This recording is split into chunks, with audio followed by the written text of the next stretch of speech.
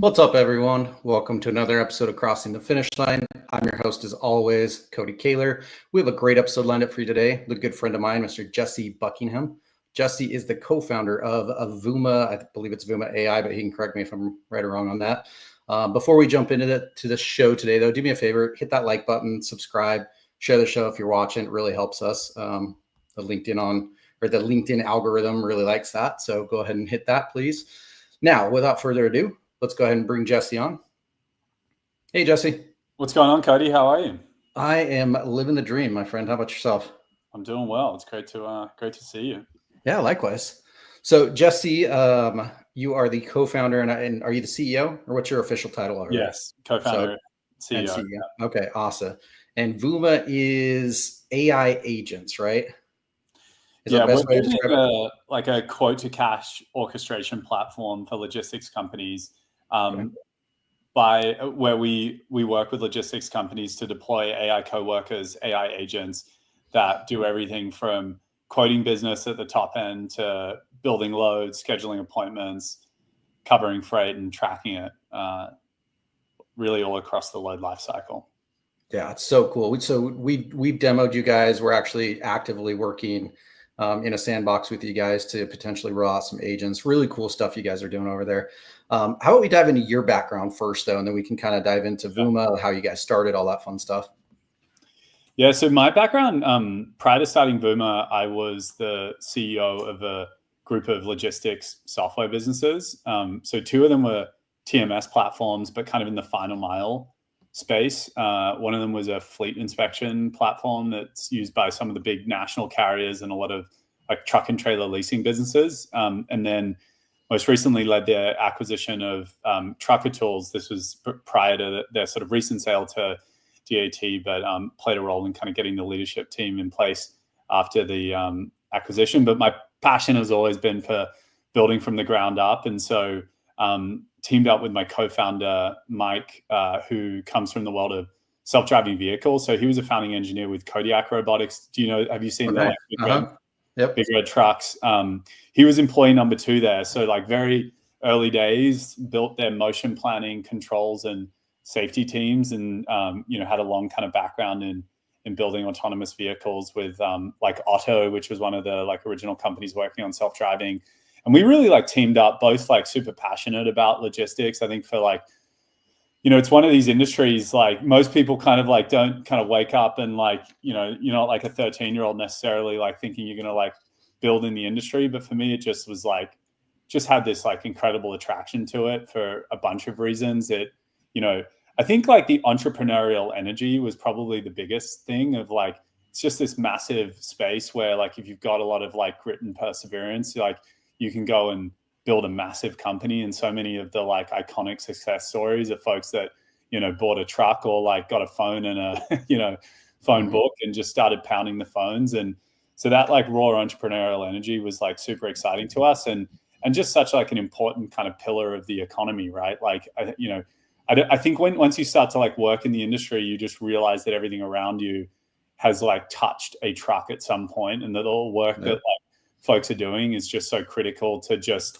allowing like entrepreneurialism and like commerce to flourish. And so playing a role in like helping move that forward was really exciting. And I think we all know that like it's still very far from like optimal state, and it's like hard to like move freight well. There's just so much fragmentation and nuance, and it's a pretty tough job to be an operator, to be a driver, and a lot of opportunity, I think, to like build tooling to make the, you know, the job a little bit easier and allow people to win and execute more freight. And so that's kind of what we, you know, the high level like problem that we wanted to solve was how do we help you know, businesses just tackle all of the like manual and tedious work, so the job of moving freight can be complex problem solving and relationships, and you know, and providing really, really awesome service. And then so that was kind of the original like genesis of Vooma. Love it. And you're right. This is not a sexy industry. This is not an industry where you're going to career day at in junior high, and they're like, "Hey, do you want to be a logistics broker?" And you're like, "What? You know, I want to have a caffeine and Zen addiction? No, thank you." Yeah, no, but it's crazy though. We got a little bit of limelight during COVID, right? During COVID, everybody kind of realized, oh shit, we're out of toilet paper and water. So, you know, where's the truckers at? We got a little bit of love then, and then it kind of died down. But it is not a glamorized industry, but it is so critical. And it is so far behind when it comes to tech. So the world really is your oyster, right? I mean, I remember just a few years ago, like the AI buzz around everything else. And it's like, how can that apply to trucking and everything? You know, when people think about logistics, they just think about driving a truck, right? And it's so much more that goes on behind the scenes. You know, I got into logistics kind of by accident 20 years ago, and I love it, eat, sleep, and breathe it now. And I think that happens to a lot of us. And it's really cool to see how forward thinking you guys are. You know, we demoed you guys. I met Jesse, just so everybody knows, I met Jesse. It had to have been at either TIA or DATCon. I can't remember. I think TIA back in the day. Yeah. And then obviously you guys have recruited Jesse Taylor, who's a good friend of mine. And so we've been working with you guys, and some of the things that you guys were demoing on is just blowing my mind. I'm like, holy smokes, because you know, as a leader of a brokerage, my job is to make sure that my team is performing revenue driving tasks. That's it. I just want those guys to produce. They need to make money, live a good life. The company needs to make money so we can provide a good life for them. So all of the other stuff that obviously is extremely important, but not generating revenue, building orders, you know, posting orders out to load boards, trying to find capacity, all these things. The fact that you guys are automating those, and you guys are automating those in a way that I didn't even think was possible yet, is really, really, really cool. So talk a little bit more about that. Yeah, it's fun. I mean, I like pinch myself every day, because I feel like the future's arriving. It's that sort of feeling of like, shit, it's like, it's here. Right? Like, because I often think in logistics, like it is in a lot of ways like less advanced from a technology perspective than other industries, but there's sort of good reason for it. Like, I mean, it's interesting, like, you know, I was reading the like JB Hunt story the other day, and like those guys had like, you know, satellites in the trucks in like the 80s, you know what I mean? Like it wasn't the case that the industry has not adopted technology where it's made sense. It's just been that like a lot of the traditional tools that we had available, like, hey, we're going to put things on like cloud-based SaaS. You're like, cool. Well, that doesn't help you with phone calls and email, right? You know, or like, hey, we're going to apply AI. But, you know, until recently, AI was basically like, can we predict the price of freight in the next 2 weeks? Like it was pretty good for that. Maybe it was like good at recommending a carrier to like move on a load based on a bunch of data points. But like, it wasn't the sort of AI that could actually like sit there on a phone call and like, you know, negotiate, figure out like what load somebody's calling about, or could sit in the inbox and understand what emails were coming through. And like that's the sort of AI that you actually really need to start moving the needle on automation. So I think that that's part of why there's been some of this fatigue, because I think the industry gets a bit of a hard time for like being laggards when really it's like, well, what are the tools actually sort of moving the needle? And I think we're starting now with this latest generation of tooling to like actually produce products that can really materially move the needle in like pretty dramatic ways to like productivity, so that your sellers can focus on selling and like not burn out. Like that's one of the things that we all often hear is like, hey, we don't want to like replace our best people. But, you know, a lot of times like the way that you really start to get a brokerage to hum is like by retaining these top producers for like 2, 3, 4 years. But like if they're getting burnt out because, you know, they're still building loads or schedule or whatever it is that like isn't the thing that like makes the money and like isn't the thing that like is meaningful about their job, then it's really hard to do that over time. Yep. But they're insanely important, right? You can't, that's the product you're selling is like, yeah, you know, freight executed well every time. Exactly. And I was on the shipper side for 12 years in the industry. So the last thing I would ever want is to not know where my freight's at, not know that my freight is being transported at the right temperature, in the right condition. It's going to arrive at the right time. And that takes a lot of labor. So when I came over to the brokerage side, I was kind of like, whoa, you know, there's a lot more I thought that freight brokers just kind of kicked back and smoked cigars and took all the money all the time. Like, a lot of the drivers like to think that we do. But in reality, I was like, man, there's so much labor that goes into that. We move a lot of produce. So produce is a lot more hands-on. And so to be able to minimize the touches and maximize your labor dollars, that's really what every leader's after, right? I want my good people to be great people, and I want to enable them to do that through automation to give them that layup, right? It's not about replacing people, to your point. And a lot of people out there get scared about that. It's not about replacing people. It's about doing more and allowing your people to be the best they can at their job. So take those tasks that are time consuming but important, but they're not revenue driving, like check calls, like building orders and stuff like that. Like those are things that should be automated. I got a good friend, Chris Jolly. You probably know him, the freight coach. He's always saying, automate everything you can. If you're not automating, your competition's automating. And that's the truth. So guys, you got to get on board, and you cater to both carriers and 3PLs, right?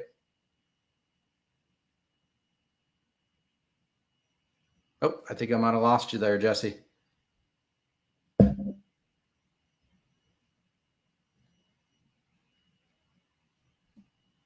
Let's see if we can get him back here.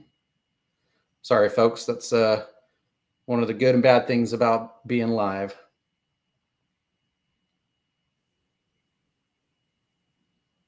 There we go. Now you're back. Sorry about that. Looks like my internet just dropped out. I'm in the middle of San Francisco. You wouldn't expect that. No worries. That's the good and bad about being live, right? Yeah. But so you cater to both carriers and brokers as well, right? Yeah, we do. Most of our customers are like on the brokerage side, but on the carrier side, like we're doing a lot of like load building, scheduling, and that sort of thing. But predominantly working with logistics companies. Okay. So guys, audience out there, look, everybody's trying to scale up. It's a tough economy out there. Freight, all you hear is about the doom and gloom in freight right now, no matter what you read, if it's FreightWaves or DAT or whatever you guys are subscribing to, or anything on LinkedIn that you listen to is probably negative.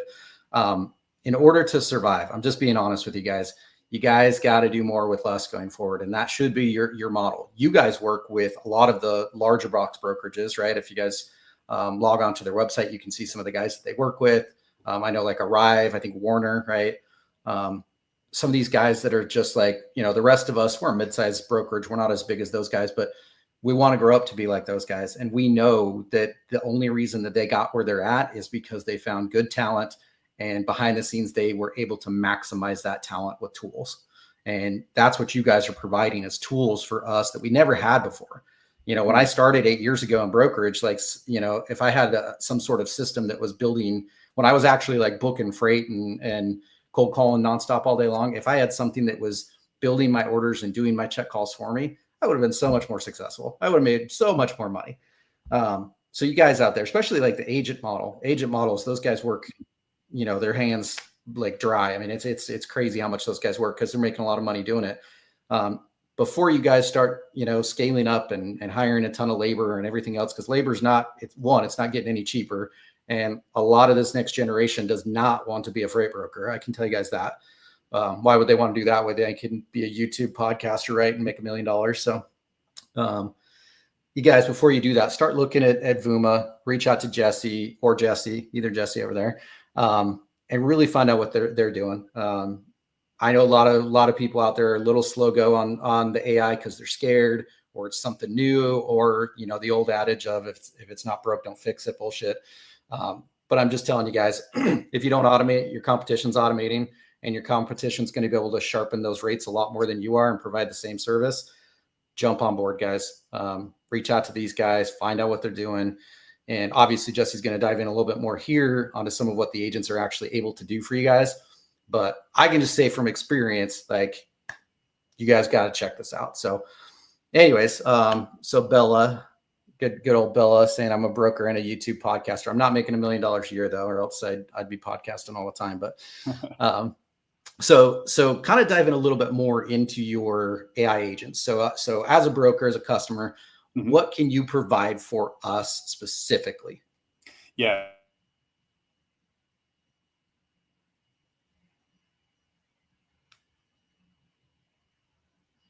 Oh man, Silicon Valley, man. Not having great internet access today. Sorry, guys. Apologies. There we go. We're back. Now we're back. We're back.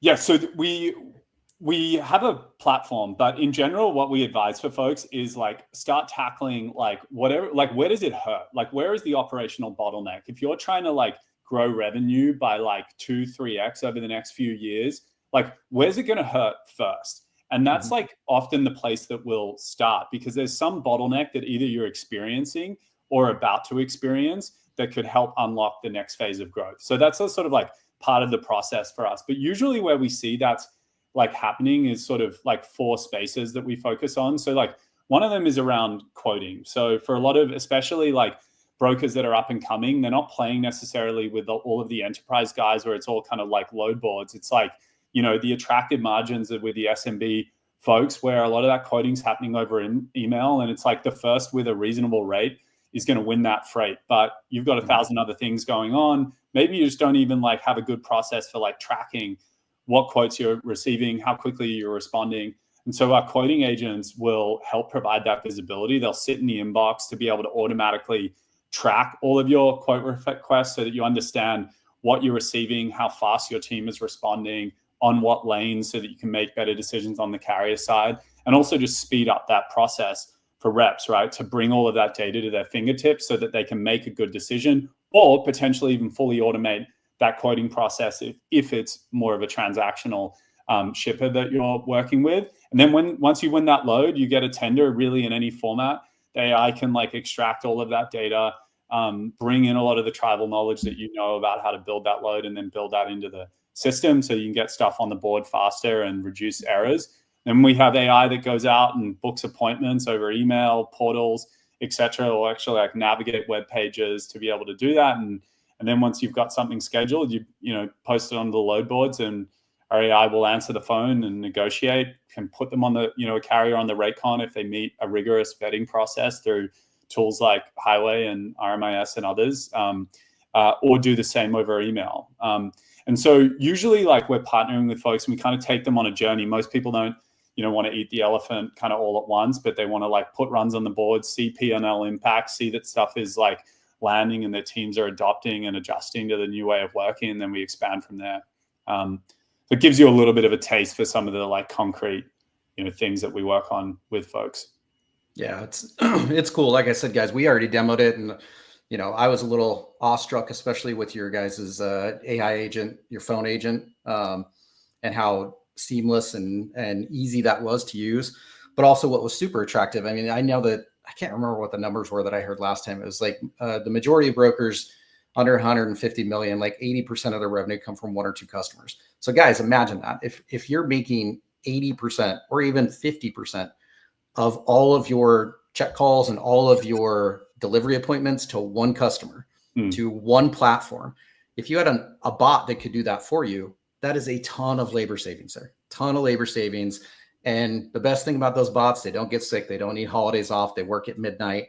They're faster than us. Unfortunately, they're smarter than us. And it's just how the industry as a whole, I mean, realistically, the world is moving in that direction, not just our industry. So guys, jump on board. It's really, really cool to see in action. And the fact that you guys already work with some of the big Fortune 500 companies in our space, like obviously those guys are doing something right. You're doing something right to work with those guys because they're kicking everybody else's butts. So you guys got to get on board with it.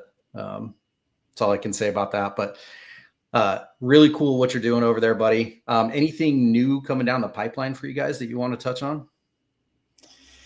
Yeah, so the way that we've like approached this is we're kind of like moving down the like load life cycle. So, you know, we're like releasing our like email negotiation automation right now. We have a new product that kind of stitches the like quoting side of the business with like shipper customers, as well as covering freight. So you're able to kind of actually like get a load and then post it on the load boards and start collecting bids with a couple of clicks for like increasing the amount of truck in hand quoting that folks do, which is pretty exciting. And then later this year, we'll be releasing our like Vooma Collect product, which, you know, focuses on like POD collections and like basic freight audit, and Nice. all of the stuff around the back office, as well as like V2 of our tracking product. Today, we work with folks to kind of automate check calls over phone or email or text message, but introducing more and more sort of like intelligence and logic about how to think about when to make check calls and on what cadence and for what scenarios, et cetera. So a lot of it is continuing to sort of advance the products that we have in market. But it's an exciting time, and we're moving very quickly. Yeah, and one of the coolest things that I thought that my team really liked anyways is the visualization that you guys gave us of basically the workflow, right? And how we can plug in our own SOPs and say, this is the way that it's supposed to go. And your AI is going to be smart enough to just say, okay, I'm going to follow that path. But every time I follow the path, I'm going to get a little bit sharper, a little bit sharper, a little bit sharper. And it was really cool just to be able to say, okay, if it's not working exactly the way you want it to, just plug in an extra step here. Bada bing, bada boom. Your SOP is actually being followed by a robot that's not going to deviate from your SOP. Yeah, this is part of the power. Like, you know, we bring a lot to the table in terms of, you know, like how does this process typically get done as like an industry best practice as a starting point. But everyone has like developed their own instincts and intuitions and like understanding of their customer or carrier or their own process. And so we want the platform to be able to be molded in a way that allows you to kind of express your like secret sauce as a business as well, so that it's not sort of cookie cutter for everyone. But at the same time, have enough where you can get to value really quickly. So it's kind of like striking a balance between those two is kind of how we approach it. Yeah. And as a broker, you guys know you want to quote first and you want to book first, right? You want to be the first one in your customer's ear, and you want to be the first one in your carrier's ear, because you know the carrier's working with other brokers. You know your customers are working with other brokers and carriers. So speed wins in this game. Speed wins. Obviously, accuracy wins. So we can combine those two. You guys are going to be successful. And quite frankly, it's a lot faster than we are. So, you know, and it's not going to deviate either, right? But yeah, no, that's super cool. I mean, it's sort of one of these things where like you invest more to like train your like digital coworkers, and they just get better and better and better to the point where like they're kind of becoming your like, you know, your most like tenured employee that has like full awareness of like everything in your business and all the data over time. So we're excited to kind of be the platform that builds that for the industry. No more tribal knowledge crap. No more, you know, no more secrets locked away with one employee that, you know, if that employee decides to leave tomorrow, you guys are toast, which I've come from the largest company in the world at the time, which was Walmart, down to, you know, small scale companies. And I can tell you, everybody has that tribal knowledge. Every company has it. So having a system that can learn that tribal knowledge is priceless. This is one of the things we've like we rolled out with a smaller brokerage, Whitewater, who they were struggling with this, where either like a team member might be sick or they go on holidays for like 2 weeks, and everything kind of breaks down operationally. But now you've got this scenario where you've trained your like systems to learn and understand how to do the process. And so it's much easier to then bring someone in. You get much more consistency across how things are done, but it also just like, it reduces risk and allows you to scale more easily, right? Because you're not starting from square zero. And this is like particularly a challenge because there's a lot of jobs in like building loads, like people, that's a tough job to do for like 5 years. You know what I mean? Like people kind of want their careers to advance and to move on, or there's some natural rate of attrition. And so you're sort of constantly on this like retraining, like, you know, hamster wheel that can be really challenging to overcome. But if you can start to embed that in systems that are learning, then it's powerful because it allows you to just scale things much more efficiently. And the accuracy is there. I can speak from experience. Like I used to have certain customers that on a Friday would dump 50 loads on me at once for Monday, Tuesday pickup, right? And going through and taking 2 hours or 3 hours, whatever it would take to build 50 loads to make sure that all your pickup numbers are correct, all of your case counts correct. After about 25 to 30 of those, your eyes start getting crossed a little bit. 7s start looking like 9s. And, you know, it's like, so having that AI power just to make sure that your accuracy is there, that's a huge win too. So I got a question. So Bella Montoya, she actually asked, does the platform help identify areas that could be more efficient? Yeah, so we can in like some scenarios. Like there's a lot of analytics, for example, especially as it relates to things in the inbox where we're helping you determine, taking like quoting, for example, like one of the things that we'll commonly do with folks is the first couple of months, month is like data collection, where we'll actually understand what are you receiving in your inbox and like how quickly you're responding to your quote requests and in what scenarios, and how does that help that data to sort of help you to like zero in on what to focus on. So there's instances that we do that for folks. Love it. I was always taught you can't change what you don't measure, and you can't measure what you don't track. So, you know, so that just be, and a lot of, you know, you're talking inbox. I can speak for a lot of people. I get, 500 to 600 emails a day. Like the last thing I'm doing is looking what every single one of my reps, like their time of actually quoting from when the customer sends it over to when we send. And I really should. Well, but I don't have a tool. No one's got the time, right? Like it's one of the most important KPIs that everyone like drills people into. Like, hey, you've got to like jump on your quotes. Like, but there's no way to track that today, right? It's very hard. And this is what the TMS has been this sort of like core system of record, but it's such a small subset of the relevant data that a broker is receiving every day. And so a lot of what we're trying to do is kind of like shine a light on all those parts of the business where there is really rich information. Like the inbound carrier calls is a really great example of this, where, all of that data is super rich. Like, yes, everyone should be logging every bid in the TMS so that you have an understanding of like, should you take this load? But people just aren't, right? And you're missing out on a lot of like the understanding of what the liquidity of the market looks like and what's a hot lane and where are folks coming in at, or like, 30% of those calls are probably getting dropped because they're sitting on hold because the lines are on, and so there's a lot of stuff there that like, I think there's like a gold mine of data that is getting missed today, that AI presents this opportunity to create sort of unified visibility at a load level so that you can make better decisions. Yep. You don't know what you don't know. And, ignorance is not a good business model. So the more you know, the better analytics you have, the better decisions you're going to make. And, just from a sales perspective, myself, being able to know that a lane that, my reps are getting 10 phone calls about versus a lane that they're getting 2 phone calls about, I'm going to get a little bit more aggressive getting those lanes that can get 10 quotes versus 2, right? Because I know that the margin's still going to be there. They have options. And then maybe those ones that they're getting 0 or 1 call on, probably going to lay off those lanes for a little bit, or dig in, find out if it's just a rate issue, or, talk to the customer and allow them to understand, hey, this lane flipped last week. Like a lot of them do. We're very seasonal with what we do. So, our lanes, especially with produce, can flip like that. And when that happens, if you don't know, you don't know. But I can tell you right now, not knowing is going to cost you a lot of money. So, Awesome. Well, Jesse, we are coming up on time. What is a good way for people to reach out to you? Yeah, so you can reach us on, Vooma.com. Follow me on LinkedIn as well, Jesse Buckingham. You can follow the company account, or email me directly at jesse@vooma.ai. we bought the .com. Thankfully, we were able to graduate from our .ai. Nice. Love it.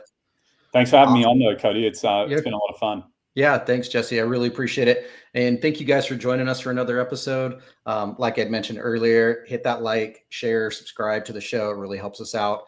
So thank you guys, and I will see you guys in a couple weeks. Thanks, Jesse. Appreciate it. Thanks, Cody.